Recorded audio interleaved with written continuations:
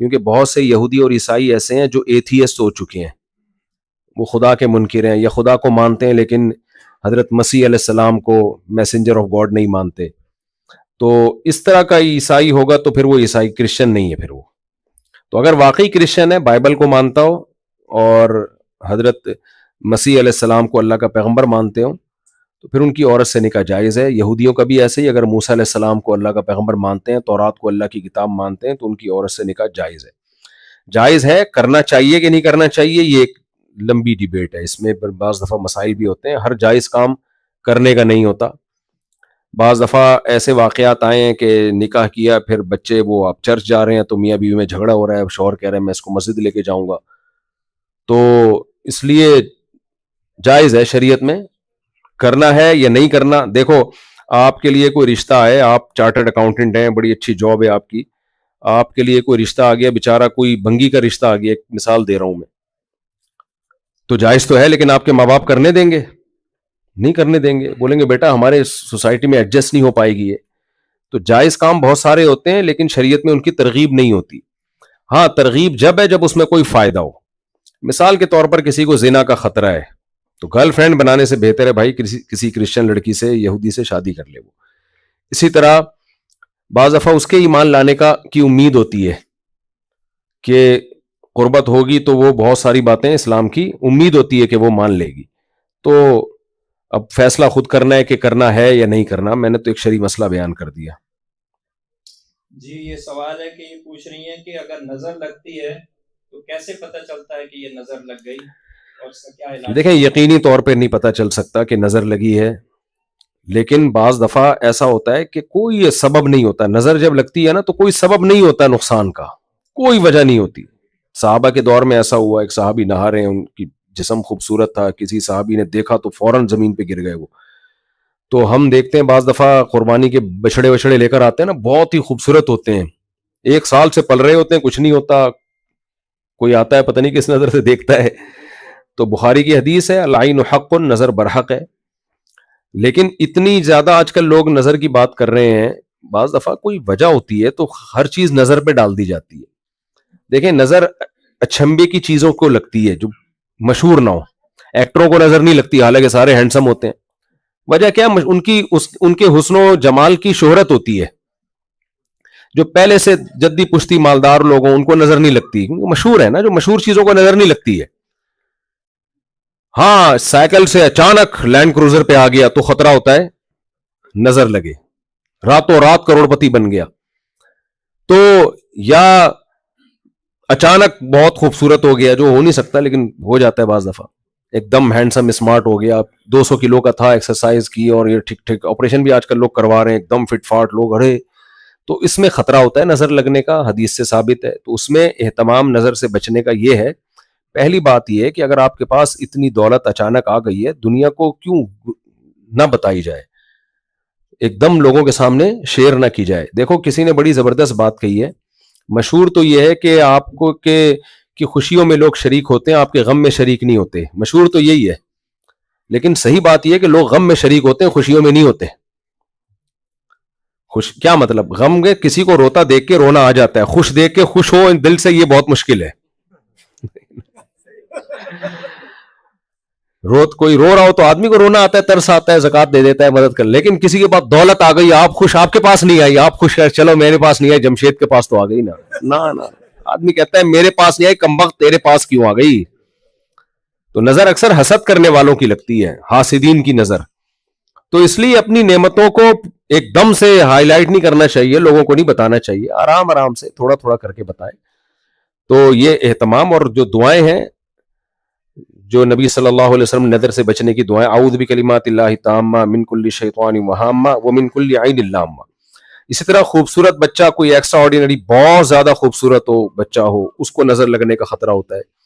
جیسے یعقوب علیہ السلام نے اپنے جو بیٹے تھے نا, سارے خوبصورت لمبے لمبے. اب جہاں یعقوب علیہ السلام رہتے تھے وہاں ان بچوں کو نظر کا خطرہ نہیں تھا, کیونکہ وہیں اسی گاؤں دیہات میں پلے بڑے جوان ہوئے. لیکن جب مصر جا رہے ہیں تو جو نئے لوگ دیکھیں گے نا کہ ایک باپ کے یہ 11 بیٹے اتنے خوبصورت, اتنے جوان خوبصورت, ایک دروازے سے داخل ہوں گے, تو اس لیے انہوں نے کہا کہ لا تدخلوا من باب واحد، سب ایک گیٹ سے داخل مت ہونا، الگ الگ دروازوں سے. حالانکہ یہ اہتمام آپ نے جہاں آپ رہ رہے تھے وہاں نہیں کیا، کیونکہ وہ تو سب کو پتا تھا. تو اس لیے میں کہتا ہوں اگر کسی نہیں، وہ پھر شادیوں کی بات آئے گی، پھر وہ زیادہ خواتین بیٹھی ہوئی ناراض ہوتی ہیں. بعض کنوارے چھڑے چھاٹ اچانک 4 ہو گئی تو نظر لگے گا وہ سب بیوہ ہو جائیں گی. تو ایک ایک کر کے بتا، پہلے 1 پھر 2 پھر 3، ویسے بھی مرے گا. کل مجھے کوئی شو مار رہا تھا کہ میری دونوں بیوی ایک ساتھ رہتی ہیں. میں نے کہا کوئی مسئلہ نہیں ہے، تو خود کہاں رہتا ہے پہلے یہ بتا. یہ جب بھی، ساری حضرت بہت معذرت، جب بھی کوئی شو مار رہا ہو نا کہ میری 4 اور میری 2 ایک ساتھ، تو فون پوچھا کریں تو خود کہاں رہتا ہے. خود گھر سے باہر رہے گا پھر وہ دونوں رہیں گی، خود گھر میں رہے گا پھر وہ رہ کے دکھائے. تو نظر سے بچنے کا یہ اہتمام کرنا چاہیے. تو بہت خوبصورت بچہ ہو، اب ہار بچے بھی آڑے ترچا نیلا پیلا، اس کو بھی نظر کے اتنے زیادہ وہم ہوتا ہے، بھائی نہیں اس کو نہیں لگ رہی. بے فکر رہے. ماں باپ کے لیے تو اپنا ہر بچہ پیارا ہوتا ہے نا، باقی سب کو نہیں اچھا لگ رہا ہوتا وہ. جی یہ فرما رہے ہیں کہ میں سید ہوں اور میرے 5 یا اس سے زیادہ بچے ہیں، تعداد نہیں بتائی انہوں نے، اور کہہ رہے ہیں کہ میں زکوٰۃ نہیں لے سکتا، اور تعلیم اگر مساجد اور پرائیویٹ اسکول میں دینی تعلیم بھی، وہاں بھی فیسیں ہوتی ہیں، حفظ کراؤ اس میں بھی فیس ہوتی ہے، عالم بناؤ اس میں بھی، تو اتنی تو فیس ہم افورڈ نہیں کر سکتے، زکوٰۃ ہم لے نہیں سکتے.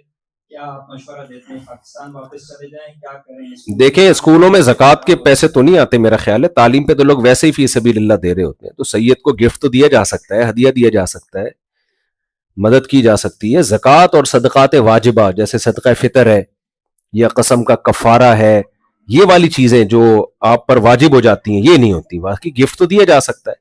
اسکولوں میں میرا خیال ہے زکوٰۃ تو شاید نہیں لیتے، اگر لیتے ہوں تو پھر وہ سید پہ خرچ نہیں کی جا سکتی. جی یہ پوچھ رہی ہیں ایک بہن کہ میں اپنی بیٹی کے گھر زیادہ سے زیادہ کتنی دیر رہ سکتی ہوں اپنے داماد کے گھر؟ لڑائی ہونے سے پہلے آ جائیں. وجہ اس کی ہے کہ بہت معذرت کے ساتھ جب مائیں بیٹیوں کے ساتھ رہتی ہیں نا تو شوہر، میرے پاس اتنے کیسز ہیں نا، میں اتوار کو ٹھیا لگاتا ہوں اپنا، سب لوگ آتے ہیں ملتے ہیں، حالات والات اپنے غم دکھ درد شیئر کر رہے ہوتے ہیں. اکثر لوگ کہتے ہیں یار ہماری بیگم جب اپنی ماں سے مل کے آتی ہے نا جھگڑا ہمارا ہوتا ہے.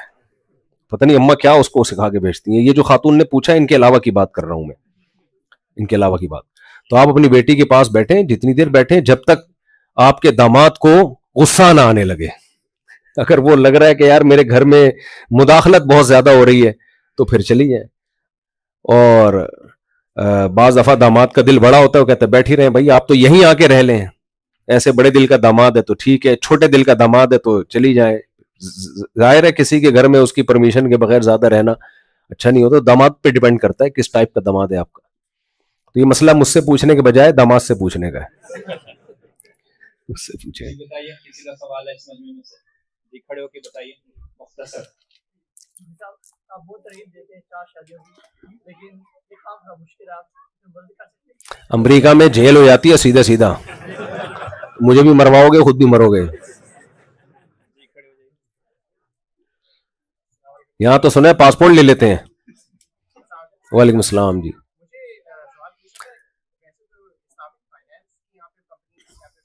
جی جی جی جی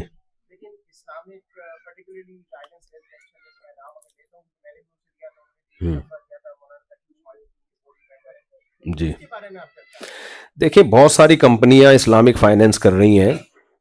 میں جنرلی ایک اصول بتاتا ہوں، جو اس معیار پہ پوری اترتی ہیں ان کا کام جائز ہے، جو نہیں اترتی اس کا کام جائز نہیں ہے. بعض دفعہ ہوتا یہ ہے کسی کمپنی کو ہم پڑھ لیں، اس کے بارے میں نام لے کے فتویٰ دینے اس کا کام جائز ہے، فتوے کے بعد وہ چینج ہو جاتے ہیں. فتویٰ تو پرانا چلا رہے ہوتے ہیں، سسٹم چینج کر لیتے ہیں. اب پاکستان میں اسلامک بینکنگ جتنی بھی ہے ان کی تو نگرانی اسٹیٹ بینک خود کر رہا ہے، ان کے لیے چینج ہونا ممکن نہیں ہے. وہاں قانون الحمدللہ بہت مضبوط بن رہے ہیں، اور یہ آہستہ آہستہ جتنے بھی سودی بینک ہیں وہ بھی اب اسلامک بینکنگ کی طرف آ رہے ہیں. سپریم کورٹ نے وہ قانون پاس کیا ہے نا. تو پاکستان تو اللہ سے ہمیں امید ہے کہ ایک اچھا کام ہو جائے گا، اس سودی بینکنگ سے کافی حد تک نکل جائے گا انشاءاللہ. لیکن یہاں ملکوں میں، کینیڈا میں، امریکہ میں جو اسلامک فائنینس کر رہے ہیں تو مجھے نہیں پتا کہ وہ صحیح کر رہے ہیں نہیں کر رہے. بعض دفعہ مفتی تقی عثمانی صاحب کا نام لے رہے ہوتے ہیں کہ وہ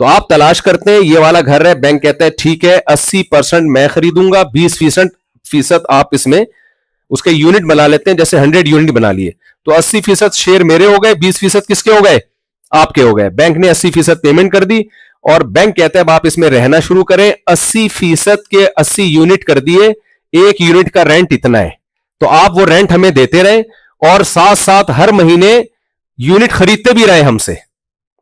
تو آپ جتنا دیر سے یعنی یونٹ خریدیں گے نا اتنا رینٹ آپ زیادہ دیں گے. میں سمجھا پا رہا ہوں؟ یعنی آپ جلد سے جلد پیمنٹ کر کے یونٹ خریدتے چلے جائیں, خریدتے چلے جائیں, خریدتے چلے جائیں, تو آپ جلدی گھر کے مالک بن جاؤ گے. بینک کہے گا ٹھیک ہے بھائی تمہارا گھر ہے, اور آپ نے یونٹ خریدنے میں دیر کر دی تو بینک کا نقصان نہیں ہے, وہ کہے گا رینٹ تو آ رہا ہے نا میرے پاس. جتنے یونٹ خریدو گے شرکت متناقصہ کہتے ہیں, آپ کی شرکت اسی حساب سے کم ہوتی چلی جائے گی اور آپ کا رینٹ کم ہوتا چلا جائے گا. اب اس میں لوگ کہتے ہیں کان ادھر سے پکڑو ادھر سے پکڑو, ایسا نہیں ہے. بینک جب 80% کا مالک ہوتا ہے تو اس کا نقصان بھی بینک اٹھاتا ہے. وہ گھر زلزلے میں ہلاک ہو جائے, کوئی بھی نقصان ہو جائے تو 80% بینک ہی کا نقصان ہوگا یا کمپنی ہی کا نقصان ہوگا. اگر اس کی انشورنس کرائی ہوئی, انشورنس جائز نہیں ہے لیکن ایک مثال دے رہا ہوں, تو کرائیے تو وہ بینک کرائے گا کیونکہ وہ آپ کا رسک نہیں ہے. اسی طرح گاڑی رینٹ پہ لے کے بینک نے آپ کو دے دی, گاڑی ٹھک گئی کہیں تو بینک کا نقصان ہے, آپ کا نقصان نہیں ہوگا اس میں. تو اس طریقے سے اگر کوئی شخص یا کوئی کمپنی یا کوئی بینک بزنس کر رہا ہے تو وہ جائز ہے. اور اگر یہ نہیں ہے, مثال کے طور پر بینک نے کہا 80% گھر ہمارا ہے, 20% آپ کا ہے. آپ نے کہا بینک سے اگر یہ ڈاکوؤں نے قبضہ کر لیا تو 80% نقصان آپ کا ہے, بینک کہہ رہے نہیں میرا نہیں ہے. اس کا مطلب یہ صرف ڈاکومنٹس میں ہو رہا ہے, حقیقت میں نہیں ہو رہا. میں سمجھا پا رہا ہوں؟ تو سچی مچی میں یہ پورا طریقہ شرکت متناقصہ کہتے ہیں اصطلاح میں, کہ بینک زیادہ حصہ خرید لیتا ہے گھر کا اور کچھ فیصد آپ خرید لیتے ہیں, اور پھر بینک اپنا حصہ آپ کو رینٹ پہ بھی دیتا ہے اور یونٹ آپ کو بیچتا بھی رہتا ہے اور اس کے طے کر لیتا ہے یونٹ. اچھا, اس میں ایک تھوڑا سا اشکال یہ ہوتا ہے کہ وہ قیمت میں بھی کائبور کی وجہ سے, جو کراچی میں تو کائبور ہی ہوگا نا, یہاں لائبور, تو جو بینک کی جو آفر ریٹ ہوتا ہے نا کہ اتنے پیسے میں بینک اتنا پروفٹ دیتا ہے, تو وہ قیمت فلیکسیبل ہوتی ہے, چینج ہوتی رہتی ہے. اس پہ لوگوں کو اشکال ہوتا ہے کہ یہ کہ سود کے ریٹ کے حساب سے اس کے بھی ریٹ اوپر نیچے ہوتے ہیں. تو اس کی دو حدود انہوں نے کی ہوئی ہوتی ہے کہ اگر لائبور اتنا ہو گیا تو اس سے زیادہ نہیں جائے گا, ہم قیمت اس سے زیادہ نہیں, رینٹ اس سے زیادہ نہیں لیں گے. لائبور اس سے کم ہو گیا تو ہم رینٹ اس سے کم نہیں کریں گے. تو اس کی گنجائش ہے شریعت میں, کیونکہ یہ اتنی یعنی تھوڑی اس میں وہ کمی بیشی ہوتی ہے کہ یہ دونوں پارٹنر اس پہ راضی ہوتے ہیں, اس میں کوئی نزاع یا جھگڑے کا خطرہ نہیں ہوتا. تو اس طرح سے اگر کوئی کر رہا ہے تو ٹھیک ہے, اگر نہیں کر رہا تو پھر وہ ڈرامہ کر رہا ہے. بعض لوگوں نے ایسا کیا, نام ڈاکومنٹ خاندانی بنائے ہوئے ہیں کہ 80% گھر ہمارا ہوگا, 20% تمہارا ہوگا, اس میں ہمارے اتنی ہے, کچھ بھی نہیں پیچھے, تو وہ پھر ڈرامہ ہے بھائی. اب مفتی کے سامنے جب وہ آئے گا تو مفتی تو ڈاکومنٹ پہ دیکھ کے فتویٰ دے دے گا نا, اس کو کیا پتا کہ عملی طور پر یہ سب کچھ ہو بھی رہا ہے کہ نہیں ہو رہا. تو وہ تو کسٹمر کو پتا ہوگا, آپ کو پتا ہوگا کہ ہو رہا ہے کہ نہیں ہو رہا.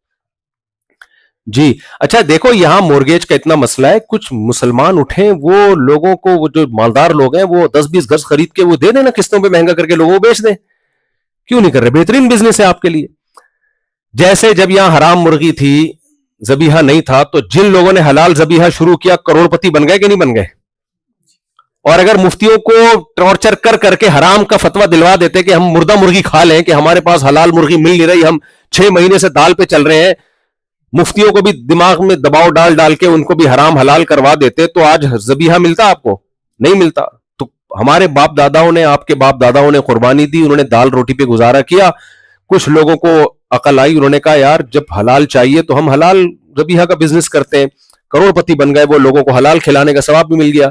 تو جب یہاں سودی مورگیج چل رہا ہے تو آپ اسلامی مورگیج لے کر آؤ, تو چند تاجر اٹھیں, انسان کے بچے بنیں, ثواب کی نیت بھی کریں, بزنس کی نیت بھی کریں, اور لوگوں کو اس طرح سے گھر خریدیں, فائل اپنے پاس رکھیں اور مہنگا کر کے قسطوں پہ بیچ دیں ان کو. یہ ہو سکتا ہے اگر کرنا چاہیں. جی یہ پوچھ رہے ہیں کہ بیٹا عالم بننا چاہتا ہے مگر باپ کہتا ہے کالج یونیورسٹی جاؤ, عالم بنو گے تو تم کیسے اپنا گزارا کرو گے, روڈوں پہ آ جاؤ گے تو بیٹا باپ کی بات مانے, کیا کرے؟ دیکھیں جو تعلیم ہے نا, آپ نے بزنس کرنا ہے, تعلیم حاصل کرنی ہے, ڈاکٹر بننا ہے, انجینئر بننا ہے, یہ انسان کے بنیادی رائٹس ہیں. اس میں ماں باپ کی اطاعت لازم نہیں ہے.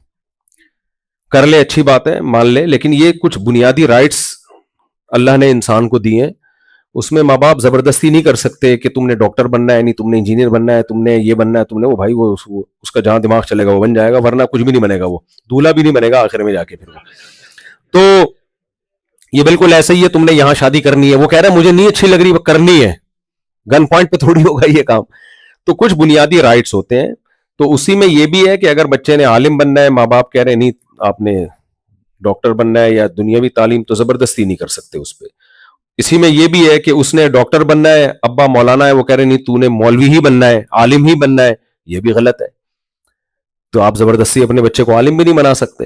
تو اس میں بچے کو سمجھایا جا سکتا ہے. اگر ابا یہ سمجھتے ہیں کہ عالم بننے کے بعد یہ کھائے گا کہاں سے, اس میں توکل نہیں ہوگا, لوگوں سے روڈ پہ بھیک مانگے گا, تو پھر اس کو سمجھا دیا جائے بیٹا کھائے گا کہاں سے. میں جب مولانا بننے کے لیے مدرسے میں آیا تو میرے ابا نے مجھے یہ سمجھایا تھا. میرے دونوں بڑے بھائی کا تجربہ ہو چکا تھا, ان کو مدرسے میں داخل کیا, وہ نہیں پڑھ پائے, وہ مدرسے سے نکل گئے. تو میں نے کہا میں جاؤں گا, تو ابا نے کہا نہیں, دو کا تجربہ ناکام ہو گیا, آپ کو نہیں جانے دوں گا. وہی بات, کماؤ گے کہاں سے, کھاؤ گے کہاں سے, یہ ایک بڑا سوال تھا. کیونکہ ہمارے دینی مدارس میں تو اللہ توکل بس, اور ہمارے شیخ مفتی رشید احمد صاحب نے تو بول دیا تھا اللہ توکل, تو بس اپنے آپ کو دین کے لیے وقف کر دو, کشتیاں جلا دو. تو حضرت نے بھی فرمایا کہ ایسا کڑاکے دار توکل ہے تو چلو بھائی, نہیں تو پھر چھوڑ دو. تو اللہ نے ہمیں ٹوٹی پھوٹی توفیق دے دی. تو ابا زندہ ہوتے تو میں بتاتا ابا. تو خیر, اچھا مجھ سے لوگ پوچھتے تھے تمہیں تو کوئی بیٹی نہیں دے گا, یہ بہت تانا دیا گیا, تم مولوی بن جاؤ گے, مولویوں کو کوئی رشتہ نہیں دیتا. میں نے مذاق میں بول دیا تھا میں 4 کروں گا, مذاق میں بول دیا. تو اللہ نے وہ بھی کرا دی, اللہ معاف فرمائے, یعنی شرمندہ سا ہو رہا ہوں آپ کے سامنے کہتے ہوئے. تو میں نے ایسے ہی بول دیا تھا. اچھا ایک اور تانا مجھے بہت دیا گیا, ملا کی دوڑ مسجد سے اور گھر تک, اور میرا بھی یہی تھا. مجھے پاکستان, میرے والد صاحب نیوی میں تھے, مجھے پاکستان نیوی میں اتنا شوق تھا صرف اس بیس پہ کہ میں دنیا میں ٹریولنگ کروں, دنیا میں ٹریولنگ کروں. کیونکہ میرے والد صاحب چائنا, آسٹریلیا کے علاوہ دنیا کے ہر کنٹری میں گئے تھے, نیوی میں تھے, میکینیکل کی فیلڈ سے ان کا تعلق تھا, پوری دنیا میں ٹریولنگ کی تھی انہوں نے. انہوں نے کہا جب ہمارا جہاز پہلی دفعہ امریکہ آیا تو اس وقت نماز اور اسلام اتنا غیر معروف تھا, ہم نے جب بحری جہاز میں نماز پڑھی, والد صاحب امامت بھی کراتے تھے جہاز پہ, حافظ تھے, کہہ رہے ہیں جب ہم نے نماز پڑھی ہے تو امریکہ کے ٹیلی ویژن پہ ہماری ویڈیوز چلی ہیں کہ کوئی دنیا سے کچھ لوگ آئے ہیں اس طرح سے نماز پڑھ رہے ہیں, یعنی یہ ویڈیوز چلی ہیں کہ یہ عجیب کہ کیا کر رہے ہیں. یعنی اب تو بہت الحمدللہ اسلام مشہور ہو گیا. تو مجھے یہ شوق تھا کہ میں بھی دنیا میں ٹریولنگ کروں. تو جب میں مولوی بننے کے لیے مدرسے میں آیا تو میں نے کہا ٹریولنگ کا شوق تو گیا تیل لینے کے لیے, اور شادی وادی بھی ایک بھی ہو گئی تو بڑی بات ہے. تو بس یہ دل میں غم تھا, لیکن حضرت ہمارے مفتی رشید احمد صاحب نے تسلیاں دی, کوئی بات نہیں, دنیا مسافر خانہ ہے. تو اب ٹریولنگ اتنی ٹریولنگ ہے کہ شاید نیوی میں جاتا تو اتنی نہ ہوتی ٹریولنگ. ایسے ملکوں میں گیا ہوں, لوگوں کو بتا رہا ہوتا ہوں. امریکہ کی ایمبیسی میں جب مجھے انٹرویو کے لیے بلایا نا, انہوں نے کہا آپ کس کنٹری میں آپ نے سفر کیا ہے, تو میرے بے ربط سے کنٹری آ رہے تھے, یعنی بے ربط کنٹری. مثال کے طور پر میں کہہ رہا ہوں میں سوئٹزرلینڈ گیا ہوں, اور میں پاناما بھی گیا ہوں. سوری, انہوں نے کہا کہاں گئے, میں نے کہا سوئٹزرلینڈ اور ملاوی. اب سوئٹزرلینڈ اور ملاوی کا کوئی تک بنتا ہے آپس کا؟ تو ایسے ملک جن کا آپس میں کوئی ربط ہی نہیں ہے, تو ایسے کنٹری میں چلا گیا. تو اس لیے میں جو ابا کہہ رہے ہیں نا اپنے بیٹے کو کہ بیٹا تو کمائے گا کہاں سے, اگر بیٹے میں توکل ہے, کیونکہ توکل اگر نہیں ہوتا پھر یہ بہت بڑی مصیبت بنتا ہے. پھر وہ لوگوں کے سامنے ہاتھ پھیلائے گا, پھر جس شیٹ صاحب کو دیکھے گا جیب میں ہاتھ ڈال رہے ہیں سمجھے گا شاید چندہ دینے کے لیے یا ہدیہ دینے کے لیے. کیونکہ غربت میں اگر استغنا نہ ہو تو غربت بہت بڑا عیب ہے. انسان کی عزت نفس مجروح ہوتی ہے, وہ ہر وقت دوسروں کے ٹکڑوں پہ پلنے کی سوچتا ہے, یہاں سے گھسیٹ لوں یہاں سے گھسیٹ لوں. تو جب کوئی عالم بننے کے لیے مدرسے میں آیا ہے تو اگر کشتیاں جلا کے آیا ہے, کیسی کی تیسی, بھوکے مرے, کھانے کو ملے نہ ملے, کسی کے سامنے ہاتھ نہیں پھیلانے. ہمیں تو حضرت مل گئے مفتی رشید احمد صاحب, انہوں نے ہمیں 8 سال جو ہے نا بھر دیا ہمارے اندر کہ کسی کے سامنے اپنی حاجت ظاہر نہیں کرنی اور سر اٹھا کے جینا ہے, ہمیشہ یہ بتانا ہے اللہ کا دیا بہت کچھ ہے. تو وہ تو ایسا انہوں نے 8 سال ٹریننگ کی ہماری, تو ہر ایک کو ایسے ٹرینر ملتے بھی نہیں ہیں. اور جو ہے میں تو اس توکل کے معیار پہ نہیں ہوں, لیکن ایک مثال ہے, ٹوٹی پھوٹی بزرگوں سے نسبت ہے جس کے اللہ نے مجھے بچایا. میں نے زندگی میں مجھے نہیں یاد پڑتا کبھی کسی کے سامنے مجھے یہ نوبت آئی ہو کہ میں نے کہا بھائی ایسے ایسے بعض دفعہ ضرورتیں بھی آتی ہیں انسان کو. میں نے کہا نا ہمارے حضرت سے آخرت میں ملاقات ہوئی, چماٹ لگائیں گے کہ کسی کے سامنے حاجت ظاہر کیوں کی, تو اللہ نے ویسے ہی کھلا پلا دیا. تو میں جن بچے نے بولا ہے نا میں مولانا بننا چاہتا ہوں, ان کے والد کو میں کہتا ہوں اگر اس میں توکل ہے, اعتماد ہے, اس کو پہلے ڈرا دیں, اچھی طرح ڈرا دیں, اس کو سبز باغ نہ دکھائیں. جیسے میں دوسری شادی والے کو ڈراتا ہوں, میرے پاس لوگ آتے ہیں میں دوسری شادی کرنا چاہتا ہوں. ایک دفعہ ایک انجینئر آیا کہنے لگا میں دوسری کرنا چاہتا. میں نے کہا کیوں؟ کہہ رہے میری ایک جو ہے گھر میں جھاڑو لگاتی ہے, لانڈی کا تھا وہ, تو برتن دوسری دھو لے گی, تعاون ہو جائے گا. میں نے کہا پاگل آدمی, جب ایک سر پہ ڈنڈے مارے گی دوسرے پکڑے گی سر کو کہ بھاگے نہیں. بے وقوف آدمی ہے تو, انجینئر بن گیا پتہ نہیں کیسے بنا ہے. وہ جو جھاڑو لگا رہی ہے نا وہ بھی لگانا چھوڑ دے گی. تو کہہ رہے آپ خود ہی تو ترغیب دیتے ہو. میں نے کہا میں یہ سب چیزیں بتا کے ترغیب دیتا ہوں کہ یہ ہوگا, ان سب کے لیے تیار رہو. تو اس لیے بچے کو عالم بننے دیں, لیکن اس کو پہلے بتا دیں کہ سوکھی روٹی پہ گزارا کرنا پڑے, بھوکا رہنا پڑے, لوگوں سے یہی کہنا ہے اللہ کا دیا بہت کچھ ہے. تو اگر یہ اسٹائل سے ہے تو ٹھیک ہے, ورنہ پھر نہیں جائے گا, پھر ٹھیک نہیں ہے. یہ سوال ہے کہ آج کل یوٹیوب پر لوگ مجبور کرتے ہیں کہ ویڈیو لائک کریں, فارورڈ کریں, اس کے لیے اللہ کا واسطہ دیتے ہیں, کہتے ہیں کہ مسلمان ہو اپنے ماں کے بیٹے ہو تو فارورڈ کرو. اس صورت کا بہترین طریقہ یہی ہے کہ آپ اپنا چینل بنا کے یہی تانے پارسل کر دیں, بولے اب تو لائک کر, اب تو لائک کر, تو مرضی آپ نے لائک کریں نہ کریں. جی کس کا سوال بتائیے. میں اب ذرا مختصر جواب دیتا ہوں کیونکہ میں بہت لمبے لمبے جواب دے رہا ہوں, میرا خیال ہے لوگ نمٹیں گے نہیں. آپ کا سوال پوچھ بتائیے.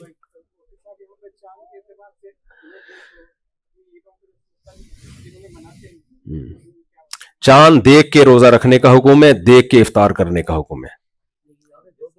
غلط ہو رہی ہیں. جب ایک طریقہ پہلے سے چلتا آ رہا تھا رؤیت کا, دیکھو کیلکولیشن کے ذریعے چاند کے بارے میں ایکوریٹ فیصلہ کرنا ممکن ہی نہیں ہے. لوگ ہمیں پتہ ہے کیا کہتے ہیں کہ ماہرین فلکیات سے پوچھو, اب سائنس نے اتنی ترقی کی, آپ ماہر فلکیات سے پوچھیں گے وہ کہیں گے کیلکولیشن کا طریقہ صحیح ہے ہی نہیں. خود ماہر فلکیات نہیں مانتے اس نظام کو. وجہ اس کی کیا ہے میں اب آپ کو بتاتا ہوں.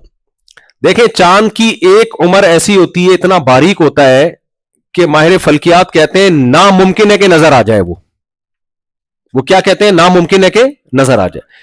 تو اس میں تو آپ نے کیلکولیشن کی کہ کل عید نہیں ہوگی کیونکہ چاند نظر آنے کا امکان ہے ہی نہیں. ایک چاند کی جسامت ایسی ہوتی ہے جس میں ماہر فلکیات کہتے ہیں 100% نظر آئے گا, 100% کیا ہوگا, نظر آئے گا. یہاں آپ نے ماہر فلکیات سے مدد لے لی کہ بھی کل لازمی عید ہے, لیکن ایک سچویشن ایسی ہوتی ہے جو زیادہ تر ہوتی ہے, اس میں ماہر فلکیات کہہ رہے ہیں پتہ نہیں آ سکتا ہے کہ نہیں آ سکتا. سمجھ میں آ رہی ہے بات کہ نہیں آ رہی ہے؟ تو یہاں تو پھر دیکھنے ہی پر ہوگا نا, ماہر فلکیات خود کنفیوز ہوگا. تو کیسے فلکیات کی رو سے آپ کیلنڈر بنا کے پورے سال کا وہ چلا سکتے ہیں, یہ ممکن ہی نہیں ہے. تو جن ملکوں نے یہ کیا ہے ان میں بڑے مسائل ہوتے ہیں. ان میں بعض دفعہ یہ ہوتا ہے کہ کل اعلان ہو گیا عید ہے, اور عید گزرنے کے بعد مغرب کے بعد بھی چاند نظر نہیں آیا ہوتا. یہ درجنوں دفعہ ہوا ہے, میری اپنی زندگی میں ہوا ہے. میں نے خود فون کر کے لوگوں کو بتایا کہ یار آج عید کا دن ہے, مغرب کے بعد بھی تمہارے شہر میں چاند نظر آ رہا ہے, لوگ کہہ رہے ہیں نہیں نظر آ رہا. حالانکہ دوسرے کا دن کا چاند تو جتنی بھی نظر کمزور ہو نا لازمی نظر آتا ہے. تو اس لیے یہ بالکل بزنے کا خیز بات ہے. تو اس میں یہ غلط ہے جو سسٹم چلا آ رہا ہے نا صدیوں سے, چاند دیکھ کے رکھنا اور گواہیاں لینا وہی ٹھیک ہے. یہ فلکیات, ماہر فلکیات بھی رؤیت ہی کو ترجیح دیتے ہیں. جو فلکیات کے ماہرین ہیں وہ بھی یہی کہتے ہیں کہ دیکھے بغیر آپ نہیں فیصلہ کر سکتے, اور اگر آپ کیلنڈر پہ ڈال دو گے تو پھر بلنڈر ہوں گے, اور ہوتے رہتے ہیں. جن ملکوں میں کیلنڈر پہ بڑے بڑے بلنڈر ہوتے ہیں وہاں پہ اعلانات ہوتے ہیں کہ اس دفعہ ایک روزہ کھا گئے, ایک روزہ بڑھا دیا, ایک یہ کر دیا. اور سب سے بڑا مسئلہ تو یہ ہوتا ہے کہ بہت دفعہ ایسا ہوتا ہے, بہت دفعہ, چند دفعہ نہیں, کہ عید کا جو دن گزر چکا ہے نا, گزرنے کے بعد بھی عید کا چاند نظر نہیں آیا.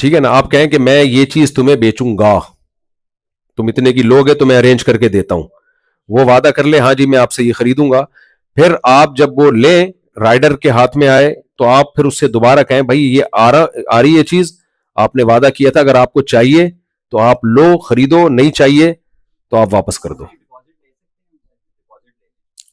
ڈپازٹ بھی لیا جا سکتا ہے, لیکن وہ ڈپازٹ اگر وہ کہتے ہیں مجھے نہیں چاہیے تو پھر وہ ڈپازٹ واپس کرنا پڑے گا.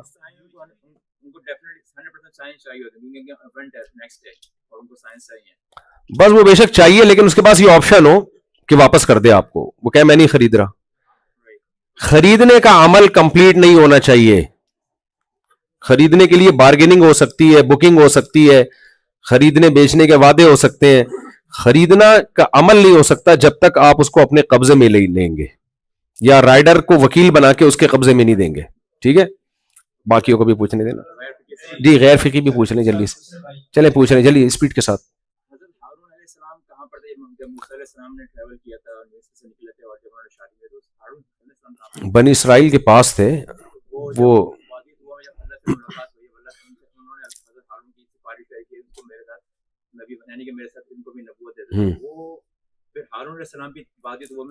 نہیں وہ بعد میں آ کے ملے تھے نا, تو مصر میں ہی تھے ہارون علیہ السلام.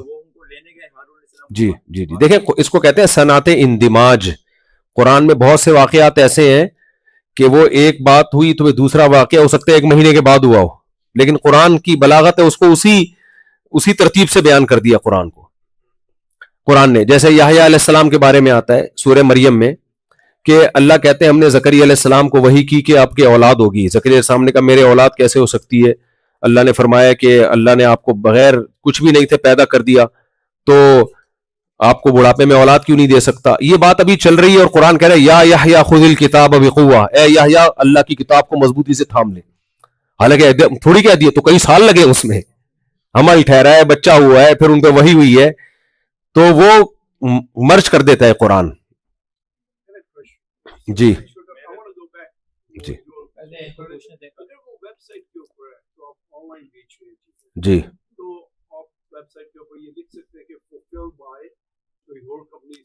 جی جی یہ لکھ دیں, یہ ٹھیک ہو جائے گا.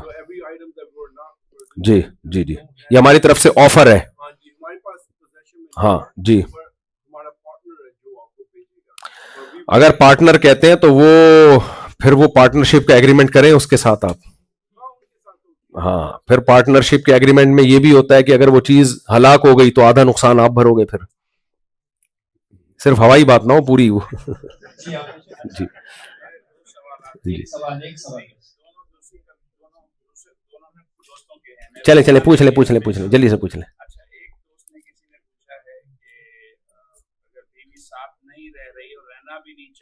جی اور پھر وہ چھوڑ بھی نہیں رہی ہے, مطلب یہاں کے قانون تو آپ کو پتا ہے ڈفرنٹ ہے, طلاق دے دی اور پھر مسائل ہیں, تو دوسری شادی بندہ کر سکتا ہے کسی کرسچن سے, اس نے پوچھا ہے کہ کیا, وہ تو میں نے ابھی بتا دیا نا پوری ڈیٹیل. مگر آپ کیا تجویز دیں گے؟ تجویز تو دیکھو, رائے دینا جب تک کسی کے پورے حالات سامنے نہ ہو, رائے دینا, رائے کبھی بھی کوئی جنرلی ایک اصول نہیں ہوتا. رائے تو ہر شخص کے جب تک حالات سامنے آئے نہیں اس کے بغیر مشورہ نہیں دیا جا سکتا.